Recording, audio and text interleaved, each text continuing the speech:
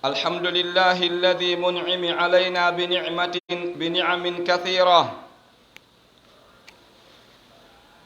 ألا إن من أجل النعم نعمة الإسلام، وأشهد أن لا إله إلا الله وحده لا شريك له إله الأولين، وأشهد أن سيدنا أجمعين وجاهد في الله حق جهاده حتى أتاه اليقين، فصلوات الله وسلامه عليه وعلى آله الطيبين الطاهرين وعلى صحابته الغر الميامين وعلى أزواجه أمهات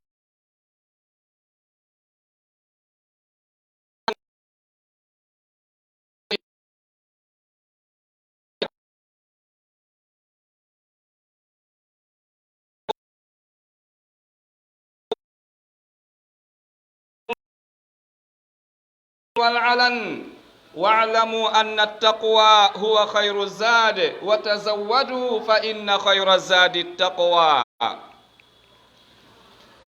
واعلموا أن الله صلى الله عليه وسلم على الدين كله ولو كره على حين فترة من عقيدة وسلوك رحم الله به. لقد من الله على المؤمنين يتلو عليهم آيات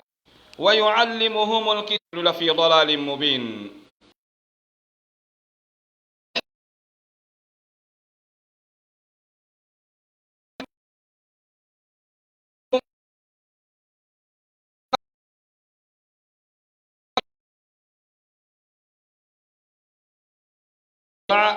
وفي خير تحت ظل عدالة. e yetti Allah subhanahu wa ta'ala, oɗo Allah jo tedduɗo mawnuɗo jeyɗo nde annugol mo ngol moƴƴere wonande kala tawi hino tawa e ko makko on siko nema jawdi wa ta'ala nimo ɗum ɓeydaymo furu fa inna allaha ghaniyun dal. si tawi woni tagore ala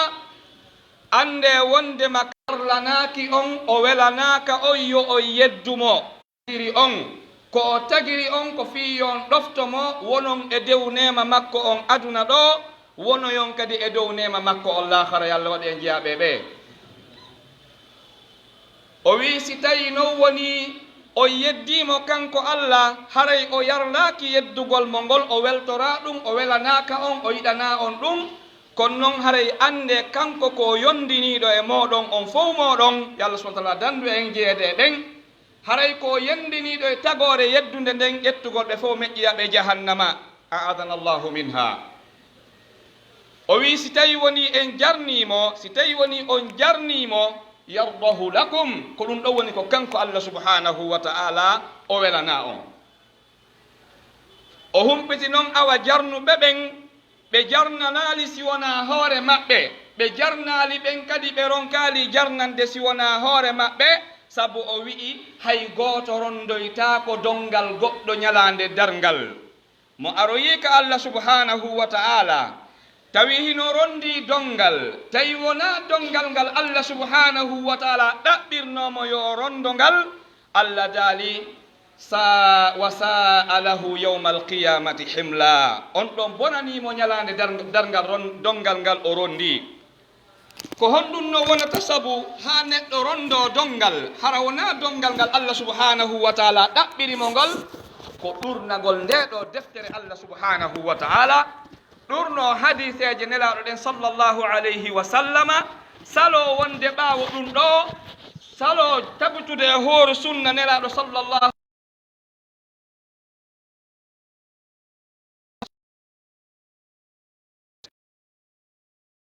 sallama makuno ko nden ɗon daɗoyta yiite ngen naata aljanna.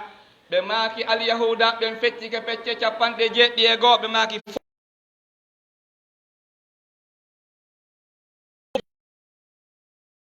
ɗiɗi goo on fof haɓɓete feroe ɓe maaki wasa taftariku hadihi l umma no fawi fena firqa kulluha fi nnari maɓɓe ɗe Allah daali kuntu linnas, o woni mofte ɓe moƴƴude yaltinanaɓe mofte kadi ɓuroyta yimɓe ka nder yiite jahannama, sabu sen darti hadis on ɓe feeɗa feccama jeɗɗi e ɗiɗi ɓeeɗa capanɗe jeɗɗi e nde ɗo mofte haɓɓe ha moƴƴe fere e jahannama sallllahu alayhi wa sallama e ɗe ɗo mofte arsi bone ɗiɗo feddeji majji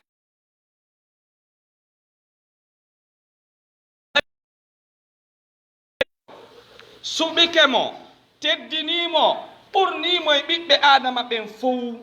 ndaari woɓɓe kadi ɓe suɓi teddini ɓurni kadi e mofte makko ɗen fof ɓaawo nelaaɗo sallllahu alayhi wa sallama ƴetta haray oɗo ko honɗum o mari ko yeetoyto allah subhanahu ngol o yewtuno ka suratul fatiha yubayi'unaka tahta shajara fa alima ma fi qulubi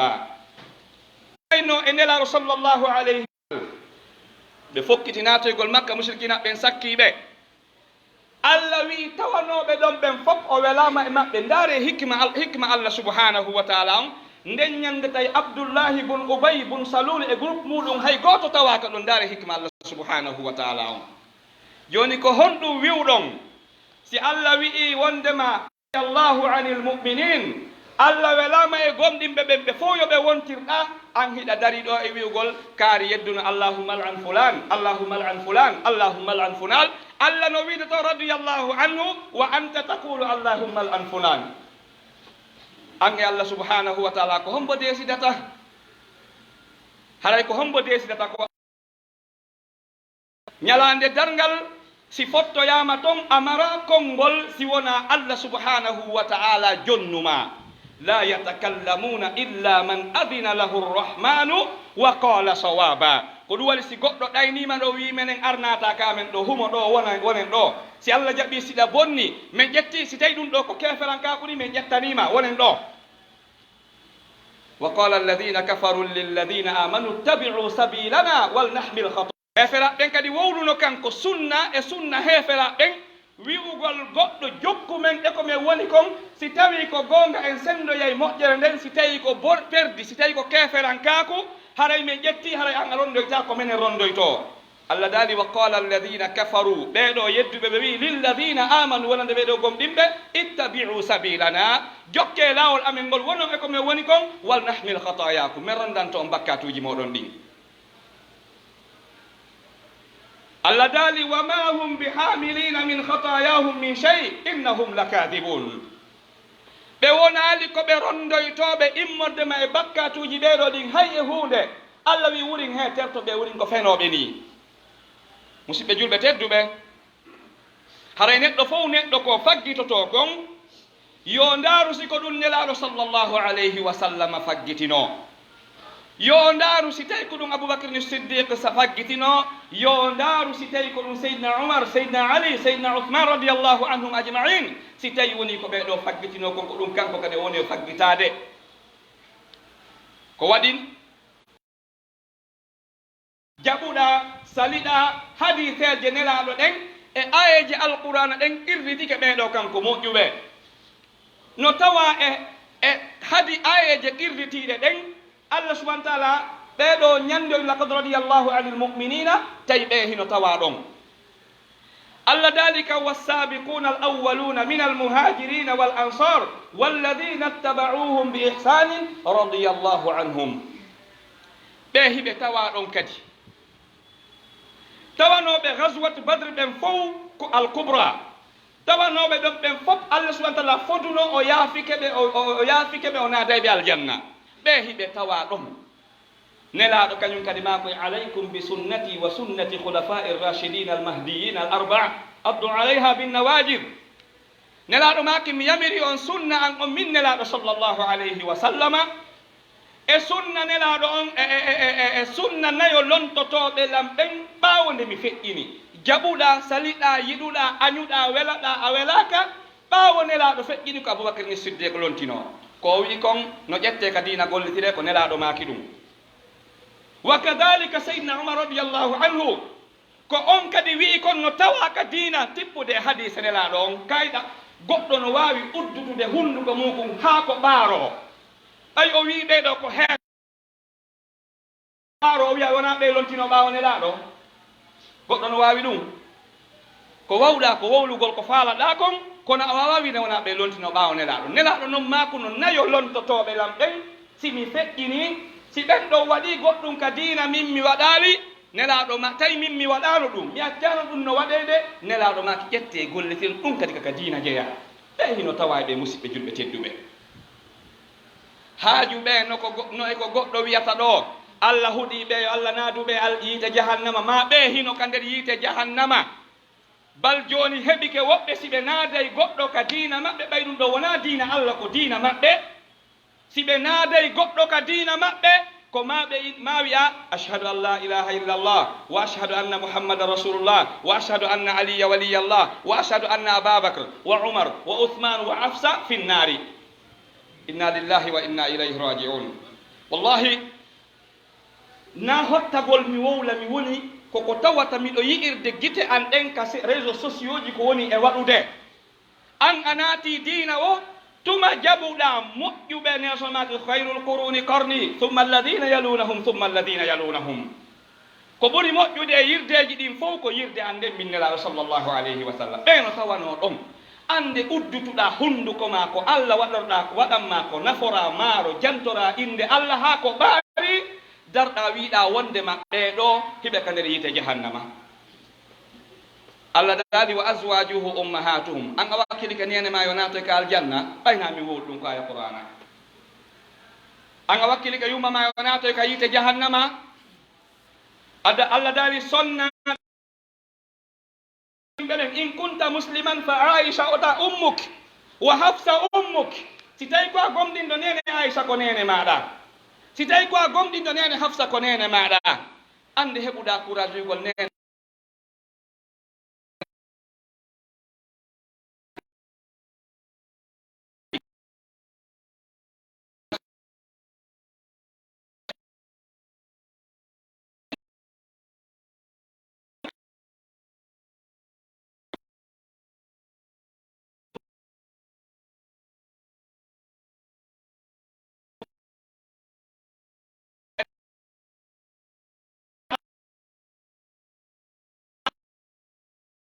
tambeleɗe Allah laɓɓini karama ko makko wi nano ko nde yiwno kon Allah gite makko ɗen oñano mo wondema wama arsalnaka nde heɓuɗa courage wi'ugol nde heɓuɗa on courage an a qirritaki ɗum ɗo bonoji ɗin gayni ñaettuɗa ɓiɗɗo ma on yeeyo accu wowlugol fi probléme Allah ɓen no faala soodu gomɗinal heewo contraire o woni ka ɓernde hay on ngol ɗo konngol si neɗɗo wowlingol tawi himo tabintini ka ɓernde ko rasulullahi nelaɗo sallllahu alaihi nelaɗo maako no ñande goo feyi seydina oumar ka mantugol mo ɓe maaki wondema yafirru minka cheytanu hayyan wa mayyita ɓe maaki cheytane dogete ka yoni ɓeeɗo woɓɓe yoni ko ɓe mantora woɓɓe maɓɓe malaikatu rahman salminnoɓe woɓɓe maɓɓe Allah subhanahu wa ta'ala salminnoɓe ya usman kisal ngal no fero e maɗo no hiwrorama kisal ɗum ɗo yoni oɗo mantore ka haaju oɗo ko goɗɗo wiyata ɓaawo makko ga la'natullahi ala usman haaju ono e ɗum musidɓe julɓe tedduɓe harayi en ko ɗoftagol Allah subhanahu wa ta'ala teddina nelaɗo on sallllahu alayhi wa sallam ɗoftomo goɗɗo noon wawata ɗoftade Allah o ɗoftaki nelaɗo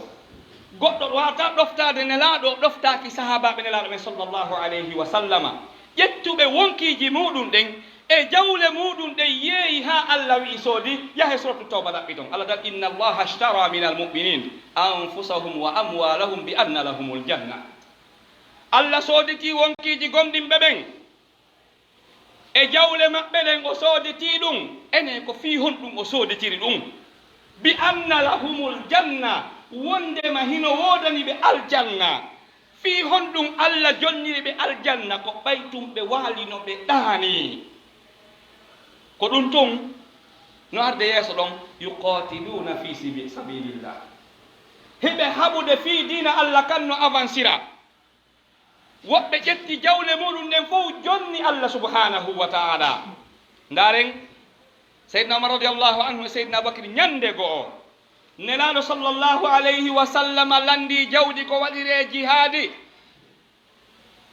seydna umar wi'i wondema hande noon aboubacry ɓuratalan ɓeɗo ko ɗum ɗo ɓe folodiray no wona ɓantugol kuɓeje ayay états-unis no dari ɗo états-unis no dariɗa états-unis no dariɗa ta ko goto pet golli ɗi yiya julirde no fuɗɗede duuɓi joyi duuɓi jeego hinde gollede musidɓe julɓe tedduɓe ɓe noon ko aljanna ɓe falanogo enen kadi ko aljanna faala ɗen kono est ce que laɓɓere men nden foti tawa o waɗɗo o étage ɗa kanko tummo wawno financude nde julirde nesalamaki man bana lillahi baytan bana llahu lahu baytan fil janna mo darnani allah suudu ka hoore leyɗo allah darnanemo galle ka nder aljanna tawa goto pet no wawno financude nden ɗon julirde nde gasa kono himo tenki e hoore milliard ji makko ɗin ɗon sinnama tuma kala fi sabilillahi so wakkili ka na mi waɗay ɗon 5 millions ta mo wawno waɗ ɗon 500 millions ta ɗum memata manan ko makko ko musidɓe julɓe tedduɓe kono ndaren ɓeɗo kamɓe ɓayde tawno he قالت الأعراب آمنا قل لم تؤمنوا ولكن قولوا أسلمنا ولما يدخل الإيمان في قلوبكم nde tawno gomɗinal ngal naati ka nder ɓerɗe maɓɓe nden ñande seydna oumar wi'i wondema hande noon si allah jaɓi hande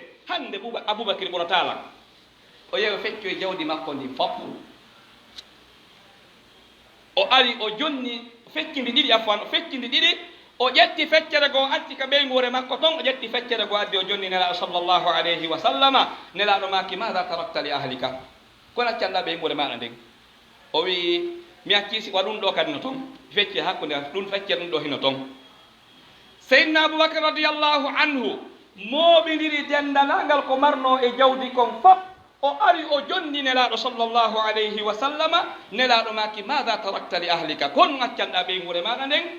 seydna aboubacry maki allahu wa rasulu ko allah e nelaɗo makko on mi accito musidɓe julɓe tedduɓe so yii hakkude men e allah enen ɓe njulaɓe tooliɓe madina ɗo fof tawa fi karbiray yo heɓo ɗo ko fi sabilillahi ma ɗum waɗeta goto ƴettali volontaire wiya min on mi okki en vendredi kala mo ɓeeɗo haɓɓiti tun si allah jaɓi jawdi muɗum ndin mooɓay marana ɓiɓɓe muɗum ɓen tawi noon jawdi ndi wona ɓiɓɓe ɓen marante ƴettu gandal ngal jannu ɓiɓɓe ɓen ƴetta jawdi ndi marandi e maɓɓe ko adi a marande ɓe jawdi saabu sa mari jawdi ndin e maɓɓe si ɓe janɗi ɓe ɗaɓɓitay ndi kono sa ƴetti jawdi ndin a mari a waliki a maayi e tuɓɓe sendani ɓe lanca fof musidɓe julɓe tedduɓe nde goɗɗo no sabota ɓeɗo aybina ɓeɗo ɓe gollanino ɓe heeɓino garanti ka allah subhanahu wa ta'ala ko waɗi hino tawa e maɓɓe ɓe allah subahana taala yeetino naatay aljanna tawi hiɓe wuuri ene welo welo no woodi ɓurgo ngo ɗo woɓɓe waɗi golle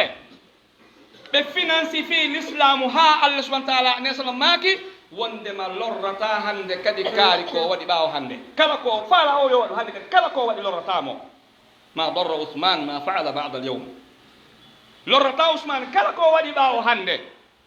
kala ko waɗi ɓaawo hande wawatamo lorrude an hiɗa dayɗole allahumma al'an ousmane taƴƴindaɗe ndi kuddi ɗo an e ousmane ko hombo jeyndi siɓɓe julɓe tedduɓe haray wattanen fondo artilen haqqillaji meɗen ɗi wata en accu ko yooli yoola en wata en accu mere ukka en jangginani hadis kadi salam maki wondema ɗeɗo mofte ɗe fekkitiɗo fecce capanɗe jeɗɗi e tati fecce capanɗe jeɗɗi e ɗiɗi musidɓe julɓe tedduɓe wonami wowli ɗum haɓɓete ha yoora meƴƴoye jahannama hay si ɓe yalte kono ɓeɗo wiyata o jahannama ko wotere pet natoyte aljanna est ce que a ɗaɓɓiti nde ɗo ko no ɗaɓɓitirɗa nden nde ɗo ko jooɗagol tun jento bayanaji on noon to yonata ko janngu ko ya janngu diina maɗa kan hande sa janngali diina maɗa kan wallahi mere lorrete en heeɓi ɗo hande yahuɓe arabi saudite ta ko toon halkoyto tawa ko jami on ko jamia o roɗotoɓe to yoɓe artu saabu murtugol maɓɓe kaɗo diina laaɓu kay oɗo sunna nelaɗo sallllahu alayhi wa sallama wa adallahu llahu ala ilm allah subahana taala majjini oɗo neɗɗo e hoore gandal makko ngal ko ɗum waɗi koye wakkilo janggen koɗo anden kadi koye juuɗe homɓe jangete wama hadihi lhayatu dunia illa laibu wa lahu wa inna addara al akhirata la hiya alhayawan ya ayuha nnasu إن وعد الله حق فلا تغرنكم الحياة الدنيا ولا يغرنكم بالله الغرور هيكونو ييمبه tabiti fodore alla den ko gonga maya immito ko gonga natugol aljanna ko gonga natoygol yiide ko gonga lumboygol sirate ko gonga koli dalgal ngal ko gonga kodi mo golli ko moƴƴi kon ɗon mari aljanna ɗum ko gonga mo golli ko boni kon ɗon mari yiite ngel ɗum ko gonga inna wa'dallahi haqqun kodi fodore allah ndin ko ni gonga fala tagurrannakum alhayatu dunya wata geɓoy aduna hodu on wata jaw koye aduna hodu on heɓu ko wiyete kon kulol allah subhanahu wa ta'ala yondinora e seeɗa ko allah subhanahu wa ta'ala arcikima kon wona e ɓaawa ko allah e nelaɗo faala kon aqulu qawli hada wa astaghfirullaha li wa lakum wa li sa'iri lmuslimin kulli dhanbin fastaghfiru innahu kana ghaffara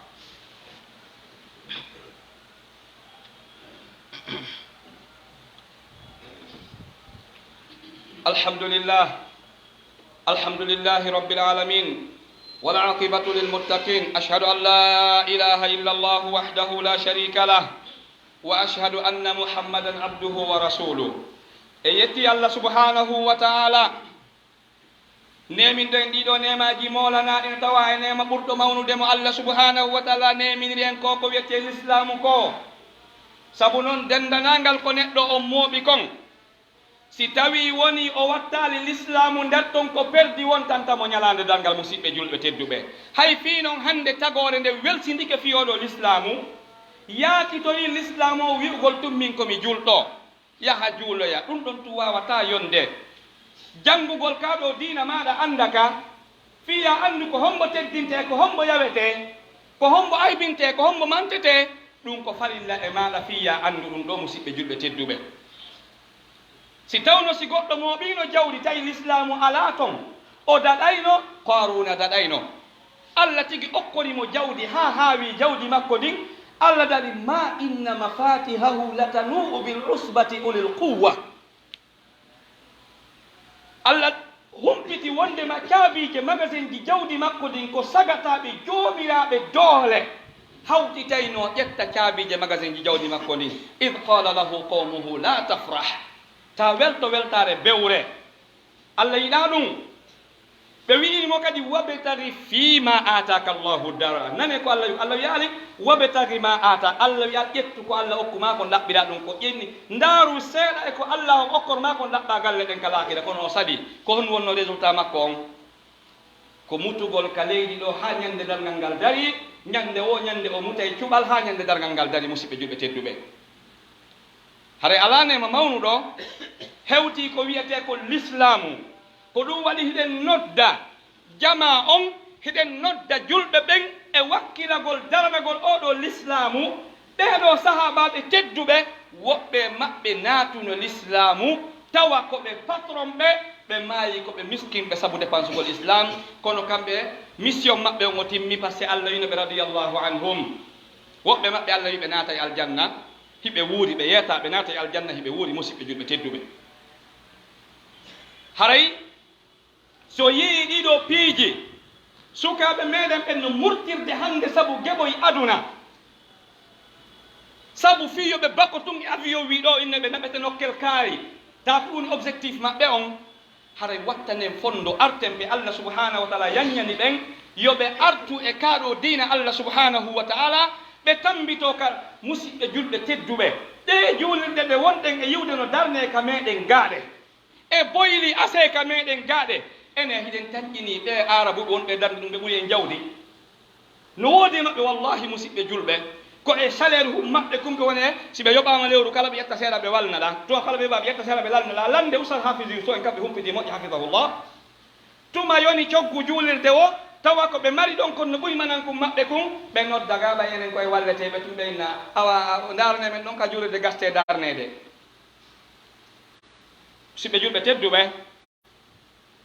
ɗen nodda jama on e tambitagol kaɗo dina tambito sukaɓɓen no ɓe jangira ayay sagata no heɓa ɗo bourse fi yahugol wallahi musidɓe julɓe tedduɓe fi $200 ma $300 kala moɗo hara o yahawi janggoygol o yaha o tawa ɗa goɗɗe na ala jiyamiɗo makorɗo haray $200 mi ƴettama jamia islamia yawgol jangga toon kono ngaɓe landi $500 hara Allah mo yimi heɓiɗo 300 haray ko 200 on lutti tawa ɓen no wawno ƴettude on $200 jonna ma to ɗum ndelantataɓe hay e hunde ɓenna joni hara e kikiɗe o hewta ɓe ƴetta 200 000 ɓe jonna mo nam ko dokkal kono so ɓe wanno ɓuri ɗum lakana hayrallah si ɓe wanno ko ɓuri ɗum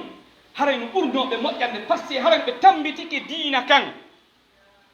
acce moɓugol jawle ɗen marana ɓiɓɓe ɓen ƴetten jawle ɗen financede fi ɓiɓɓe ɓen financen ka ɗo diine Allah waɗa e barke ɓiɓɓe men issa meɗen sakkitoro on oɗo Haruna Rashid afan Umar bun Abdul Aziz oɗo lanɗo moƴƴo yawtunoɗo hakke ko moƴƴuno kon ɓe wiyaymo ko khamisu khulafai rashidin ko o jowo e nayo lontinoɓe fewɓe ɓen hakke ko nunɗal woduno e laamu makko e peewal ko woduno e laamu makko hay kuɗle buruɗen accuno ñaamidirgol ñande o feƴƴini arabujo goo no jindaka buru e orta safande no nangi dammol no ñaamude o wi wo goɗɗum waɗi ɗo goɗɗum waɗi finalement o tefoyo tayle lanɗon feƴƴini kono adden qissa oɗo musidɓe juɓe tedduɓe ɓe inni ñande o feƴƴinta hari ko dinar 17 o mari lanɗo noon julɓe ɓe laaminoɗo kala ka la ilaha illallah wolete hoore leydi ɗin tawi nden ñande ko Omar bun Abdul Aziz laami ñande goo juldere ari ɓiɓɓe makko ɓen ɓe yehi ka juldere to ɓe tawi ministre ɓe e ko laama fof mo ɓe ɓiɗɗo mum no watti kesum kamɓe ɓiɓɓe lanɗon ɓe wattaki kesi ɓe ari ɓe tawi mo hiɓe wulla o landiɓe ɓe sifanimo ɗum battini e makko moƴƴa o yehi ka banque julɓe ɓen o tawi halfinaɗo on o wi miɗo ar landagol ma ɗo service Allah no sendalamɓe honno o wi miɗo ar landagol ma ɗo service o inni mi faala joddi al lewru darto ndu ya ñawlan ɗon o sifani on ɗon qissa on fof o inni mi heɓa komi sodna payi koyan koye conti julde o inni gasi en laala mi waɗay ɗum kono ko condition on ko sa ƴettaniɗan engagement wondema a wuuray ha lewru darto ndun harama yaali sa heeɓi on garanti ɗon haray armi jonnete ha ɗum sawrilamɓe gonga ñande banque on fusata wallahi musidɓe julɓe tedduɓe o immiti o artika makko o ari o wi ɓeygore makko nden e on faala holtude baba en mon naati ha yiite jahannama ka on faala ronkude holtude onon e ben mon fof naaten aljanna ɓe wi men faala ronkude holtude en fof naaten aljanna ini a yondinore ɗum ɗon ñande o feƴƴinta tawi ko dinar 17 o wari musidɓe julɓe tedduɓe issa on ko selluɗo ko tawi ko ɗin ɗon o mari jawdi fof lanɗo julɓe ɓen kala ka la ilaha illallah woltende ñen tawi kanko laami tawi ko ɗin o mari ɓe ƴetti